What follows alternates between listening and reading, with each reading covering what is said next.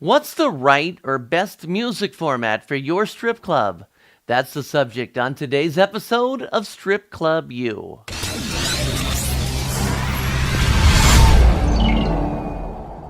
Hello, my strip club friends. Danny Meyers here, and welcome to another episode of Strip Club U.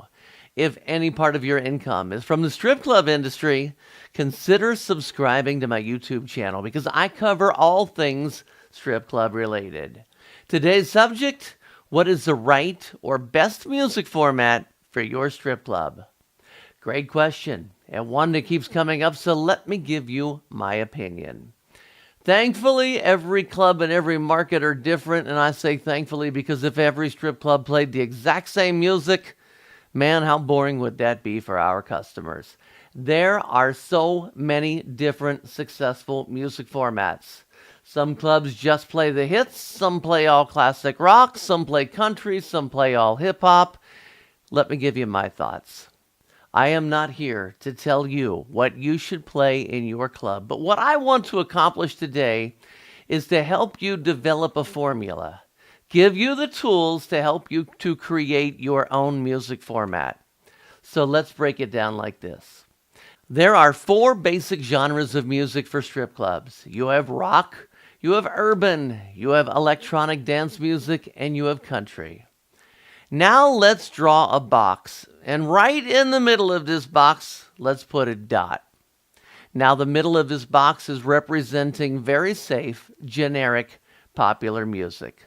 Okay, let's start in the center of this box and figure out how you can customize this for your strip club. There are some clubs that like to stay right here in the center all night long. I've heard some say that if your customers don't know all the words to every song that's playing, you're playing the wrong song, and that works for some clubs, I guess. And if that works for you, then great. But what I want to talk to you today about is how you can decide just how far outside the center you can go for your format, and maybe how often you should go to the outside of this box. Let's define this box a little better by starting with rock. I mean, you've got all kinds of different rock. You have your pop rock, you have your harder rock, and what I like to refer to as your screamo rock. As for urban, of course, you've got your pop R&B, your hip hop, and your hardcore rap.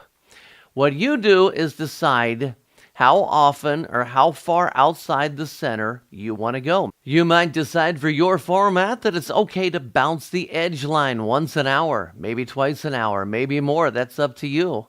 It could also be determined by the time of the night. Now, a lot of clubs will stay toward the center earlier in the night, but then they free up the format or bounce the edges of the box more the later it gets into the evening. Another real popular theory is the one that says to look at your crowd and guess the average age.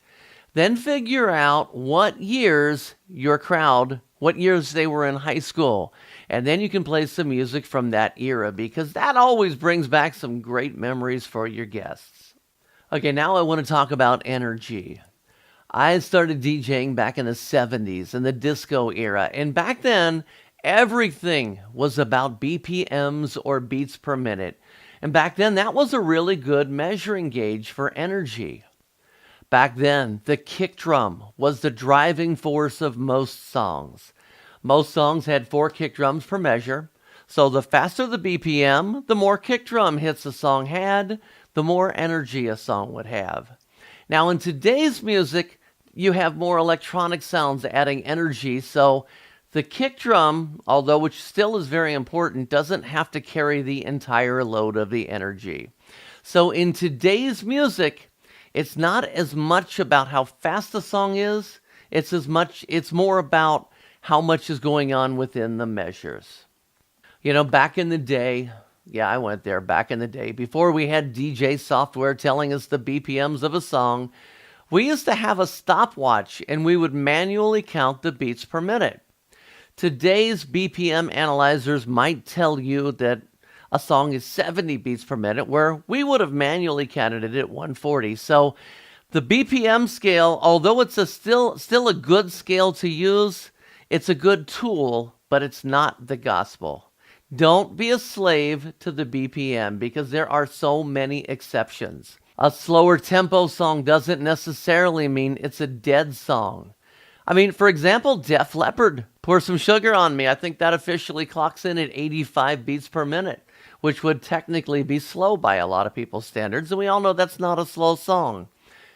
Another real weird thing is electronic dance music, because that can get real interesting. You can't just use the BPM scale for EDM. A lot of EDM songs have a lot of energy, but some have these real long, drawn-out breakdowns that can suck the life right out of your room. By the way, if you're looking for some great websites to find some mixes of songs, check out a Strip Club U episode that I did called Best Places to Download Music. And I'll put a link to that show in the description box below. Okay, speaking of energy, a lot of times our energy level is judged by our crowd's reactions. Do they seem like they're into the party, or are they just sitting there? And if they are just sitting there, is that the fault of the music? Not always. Look at your room. Is it a bunch of small groups of two, or do you have large groups of people? I mean, let's face it, if you go out with one friend and you go to a club, chances are the two of you are not going to get as rowdy as if you went out with a large group celebrating something. So also, just because they're not screaming doesn't mean that they're not enjoying themselves. If they're spending money, is it really that important that they're screaming? But if you really feel like your room is getting stale, you may go back to that box and bounce the edges a few times. You'll have shifts where you struggle, and you'll have shifts where everything clicks.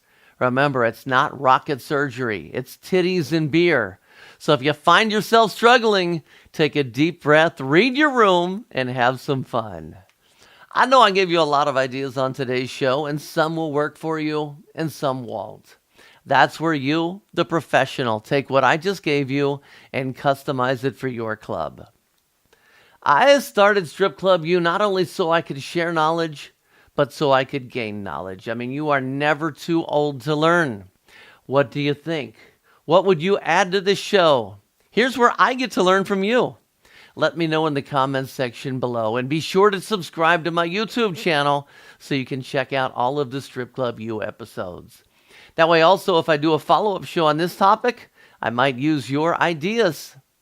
Strip Club DJs, if you haven't already checked out PANDA, the Professional Adult Nightclub DJ Association, make sure to do that at pandamembers.org. That's pandamembers.org. That is also where I host the Panda Top 20 and Panda Off the Charts monthly podcasts. My name is Danny Meyers. I want to thank you for watching this episode of Strip Club U.